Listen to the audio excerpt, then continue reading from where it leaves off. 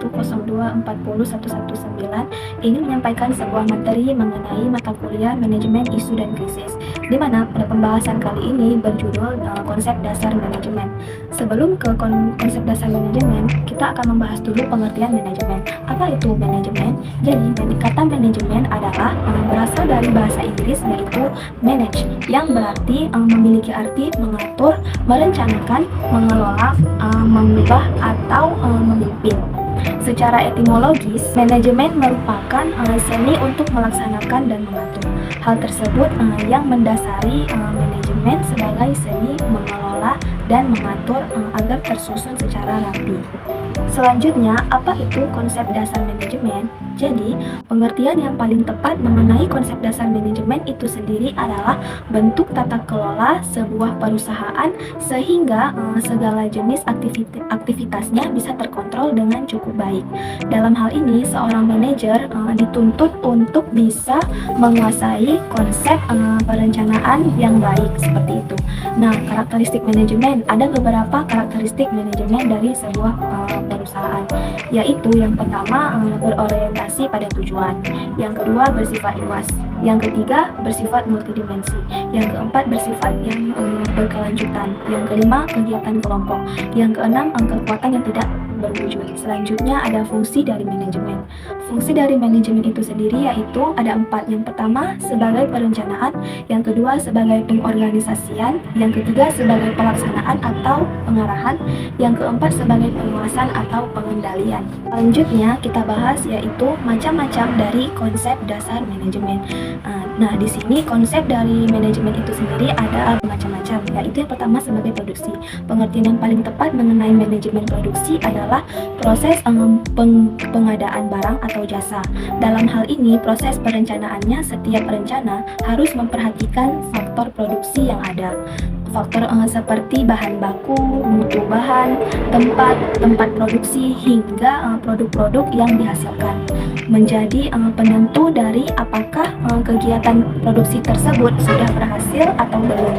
Melalui faktor inilah seorang manajer akan mengevaluasi bagaimana kegiatan produksi tersebut, sehingga bisa meningkatkan kualitas produksi yang dihasilkan ke depannya.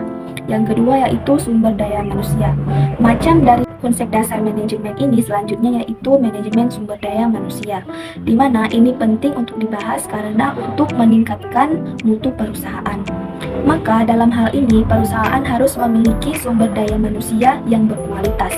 Dalam hal ini juga untuk menemukan sumber daya manusia terbaik, inilah tugas bagian dari manajemen itu sendiri. Yang ketiga yaitu pemasaran. Bagian ini berkaitan dengan kegiatan promosi.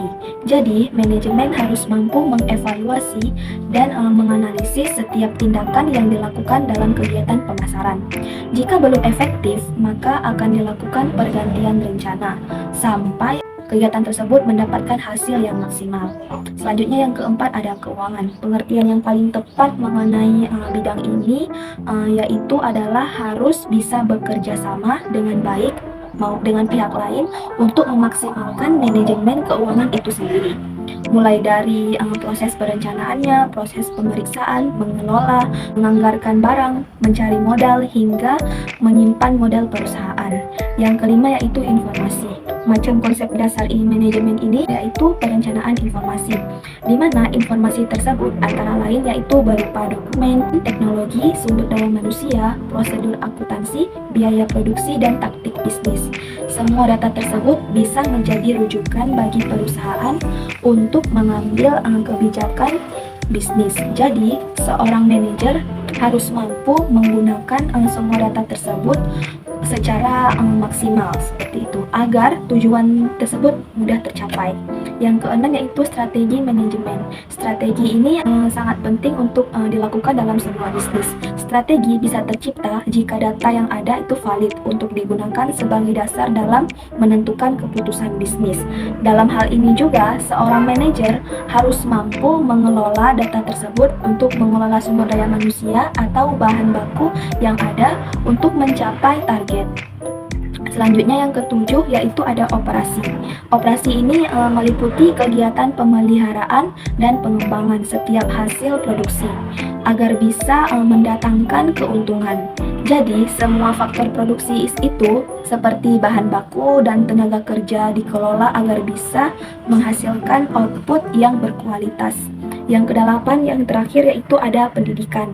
Pengertian yang paling tepat mengenai pendidikan, perencanaan pendidikan yaitu lebih berfokus kepada proses peningkatan mutu sumber daya manusianya melalui proses pendidikan. Hal ini berupa pelatihan untuk meningkatkan pengetahuan dengan harapan agar sebuah perusahaan itu berkualitas atau organisasi juga akan meningkat ke depannya. Sekian materi yang saya sampaikan. Wabillahi taufiq wal hidayah. Wassalamualaikum warahmatullahi wabarakatuh.